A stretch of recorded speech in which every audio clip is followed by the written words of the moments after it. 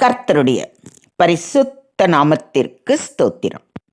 இன்றைய நாளின் தியானத்திற்கென்று தெரிந்து கொள்ளப்பட்ட வேத வசனம் ஆமோஸ் தீர்க்கதரிசியின் புத்தகம் 2ஆம் அதிகாரம் 11ஆம் வசனம். ஆமோஸ் 2:11. உங்கள் குமாரரில் சிலரை தீர்க்கதரிசிகளாகவும் உங்கள் வாலிபரில் சிலரை நசரேயராகவும் எழும்ப பண்ணினேன். இஸ்ரவேல் புத்திரரே, இப்படி நான் செய்யவில்லையா என்று கர்த்தர் கேட்கிறார். ஆமென். தேவன் நம்மை ஆசீர்வதிக்கவே அழைத்திருக்கிறார் என்று ஆமோஸ் தீர்க்கதரிசி கூறுகிறார். நம்முடைய தேவனாகிய கர்த்தர் ஆமோஸ் தீர்க்கதரிசி மூலம் கூறுவதை சற்று கவனித்து கேளுங்கள். நானோ கேதுரு மரங்களைப் போல உயரமும் கர்வாலி மரங்களைப் போல் வைரமுமாயிருந்த எமோரியனை அவர்களுக்கு முன்பாக அழித்தேன். உயர இருந்த அவனுடைய கனியையும் தாழ இருந்த அவனுடைய வேர்களையும் அழித்து போட்டு, நீங்கள் எமோரியனுடைய தேசத்தை கட்டி கொள்ளும்படிக்கு உங்களை நான் எகிப்து தேசத்திலிருந்து வரப்பண்ணி உங்களை 40 வருஷமாய் வனாந்தரத்திலே வழி நடத்தி உங்கள் குமாரரில் சிலரை தீர்க்கதரிசிகளாகவும் உங்கள் வாலிபரில் சிலரை நசரேயராகவும் எழும்ப பண்ணினேன். இஸ்ரவேல் புத்திரரே, இப்படி நான் செய்யவில்லையா என்று கேட்கிறார்.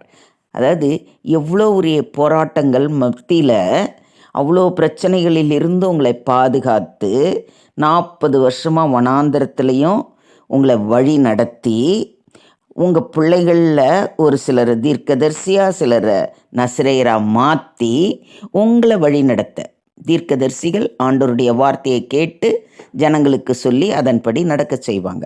அப்படி ஒவ்வொருத்தருக்கும் ஒவ்வொரு வித காரியங்களை சொல்லி நான் உங்களை வழி நடத்திட்டு வந்தேன். இது வரைக்கும் நான் செஞ்சேனே, அதெல்லாம் மறந்துட்டீங்களா அப்படிங்கிற மாதிரி கேட்குறார் இல்லைங்களா? ஏன்னா இன்னைக்கு இதை தான் நம்மளை பார்த்து கேட்குறார். அதாவது உங்கள் வாழ்க்கையில் எத்தனையோ பிரச்சனைகள் வந்த போதும் அதிலிருந்து உங்களை மீட்டு உங்கள் பிள்ளைகளுக்கு நல்ல கல்வி, வேலை, திருமணம், குழந்தை பேறு என்று சகல ஆசீர்வாதங்களையும் வழங்கி அவர்களில் சிலரை என் ஊழியக்காரர்களாகவும் தீர்க்க தரிசிகளாகவும் தெரிந்தெடுத்து வழிநடத்தி வருகிறேன். ஆனால் நீங்களோ, அங்கதான் அப்படி ஒரு பெரிய கொஸ்டின் மார்க் நீங்கள் போட்டுக்கோங்க. அன்னைக்கு இஸ்ரவேல் என்ன பண்ணாங்க தெரியுமா?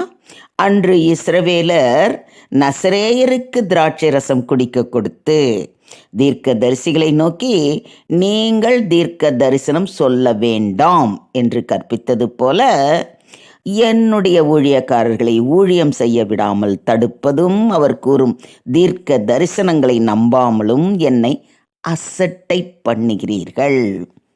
எவ்வளோ தெளிவாக நம்மளுக்கு விளக்குறார் பாருங்க. நம்ம எந்த கண்டிஷனில் இருக்கிறோம். நாம் தேவனிடத்திலிருந்து எக்கச்சக்கமான ஆசீர்வாதங்களை பெற்றிருக்கிறோம். ஆனால் நம்ம என்ன பண்ணுறோம்? அன்னைக்கு இஸ்ரவேல் ஜனங்கள் பண்ணாங்க, இன்றைக்கி நம்ம பண்ணிகிட்டு இருக்கிறோம். அதுதான் வித்தியாசம்.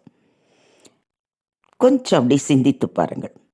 தேவன் நம் வாழ்வில் எத்தனை ஆசீர்வாதங்களை தந்திருக்கிறார். நம் பிள்ளைகளை எந்த அளவுக்கு உயர்த்தி இருக்கிறார். இதற்கெல்லாம் நாம் மனதார நன்றி சொல்லி அவரை துதிக்க வேண்டாமா? அன்றைய இஸ்ரவேலர்களைப் போல் நாமும் 3 பாதகங்களையும் 4 பாதகங்களையும் செய்து வருகிறோமே.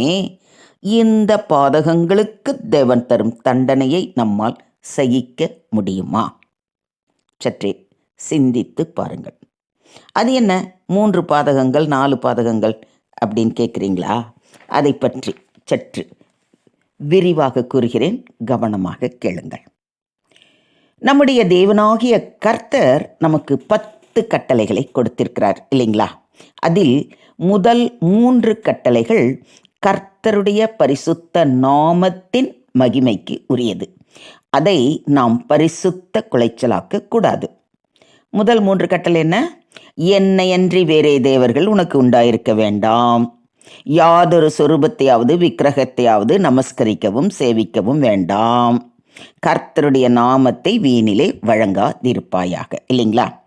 என்ற இந்த 3 கட்டளைகளை மீறி நடந்து கொள்ளும் பொழுது அந்நிய தேவனை தொழுது கொள்ளுகிறவர்களுக்கு ஒப்பாக இருப்போம். இது கர்த்தருடைய பார்வையில் பாதகமாக அமையும். கர்த்தரின் நாமத்திற்குரிய மகிமையை கொண்டு வருகிற முதல் 3 கட்டளைகளை மீறுவதே 3 பாதகங்கள் என ஆமோஸ் குறிப்பிடுகிறார். மனிதன் தன் ஆவி, ஆத்துமா, சரீரத்திற்கு எதிராக மற்றும் திரியேக தேவனுக்கு, அதாவது பிதா, குமாரன், பரிசுத்த ஆவிக்கு விரோதமாக செய்யும் 3 பாதகம் இதுவே. அடுத்து வரும் 4, 5, 6, 7 ஆகிய கட்டளைகள் நமக்கு நாமே மற்றும் பிற மனிதனுக்கு அல்லது சக மனிதனுக்கு விரோதமாக எவ்வித எதிரான காரியங்களையும் செய்யாதபடிக்கு கொடுக்கப்பட்ட கட்டளைகள். அதை மீறி நடக்கும்போது சக மனிதனுக்கு தீமையும் மனித சமுதாயத்திற்கு மிகப்பெரிய சேதத்தையும் விளைவிக்கும். அது ஒரு தேசத்தை மட்டுமல்ல, முழு உலகத்தையே நாசமாக்கி விடும். தனி மனித ஒழுக்கம் சீர்கெட்டு போய்விடும். இந்த 4, 5, 6, 7 அப்படி பார்த்திங்கன்னா, உன் தகப்பனையும் தாயும் கனம் பண்ணுவாயாக, உன் ஓய்வு நாளை பரிசுத்த நாளாக நினைப்பாயாக, பொய் சொல்லாதிருப்பாயாக, களவு செய்யாது, இப்படி வரிசையாக எல்லாமே நம்மளுடைய ஒழுக்கத்தை குறித்த பேஸ் பண்ணதான கட்டளைகளாக இருக்கும். எப்போ இந்த 4, 5, 6, 7 ஆகிய இந்த 4 கட்டளைகளையும் மீறி நடக்கும் பொழுது தனி மனித ஒழுக்கம், சமுதாய ஒழுக்கம், தேசங்களின் ஒழுக்கம் சீர்கெடுகிறது. சக மற்றும் பிற மனிதனுக்கு விரோதமாக மனிதன் செய்யும் 4 பாதகங்கள் இதுவே என ஆமோஸ் குறிப்பிடுகிறார். இதற்கடுத்து வரும் 8, 9, 10 ஆகிய கட்டளைகளும் 4, 5, 6, 7 ஆகிய கட்டளைகளைப் போலவே தனி மனித ஒழுக்கம், சமுதாய ஒழுக்கம் பற்றியதே. எனவே 10 கட்டளைகளில் கடைசி 3 கட்டளைகள் 4, 5, 6, 7 ஆகிய கட்டளைகளுக்குள் அடங்கி விடுகிறது. ஒரு மனிதன் தன் ஆவி, ஆத்துமா, சரீரத்திற்கு விரோதமாக செய்யும் பாதகங்கள் 3. ஒரு மனிதன் பிற மனிதனுக்கு விரோதமாக செய்யும் பாதகங்கள் 4. இப்போ உங்களுக்கு நன்றாக புரிந்திருக்கும் என கர்த்தருக்குள் விசுவாசிக்கிறேன். இந்த பாதகங்கள் நிமித்தம் நாம் தண்டனை பெறாமல் இருக்க கர்த்தருடைய சமூகம் அமர்ந்து அவரது வார்த்தைகளை வாசித்து தியானித்து அதன்படி நடப்போம். தேவன் நமக்கு கொடுத்திருக்கும் ஆசீர்வாதங்களை ஒருபோதும் மறவாமல் நன்றி நிறைந்த இருதயத்தோடு அவரை ஆராதிப்போம். இதுவரையிலும் நம்மை காத்து ரட்சித்து வந்த தேவன் இனியும் அவருடைய பிள்ளைகளான நம்மை கைவிடாமல் காத்து ரட்சிப்பாராக. தேவனுக்கே மகிமை உண்டாவதாக. ஆமேன், ஆமேன், ஆமேன்.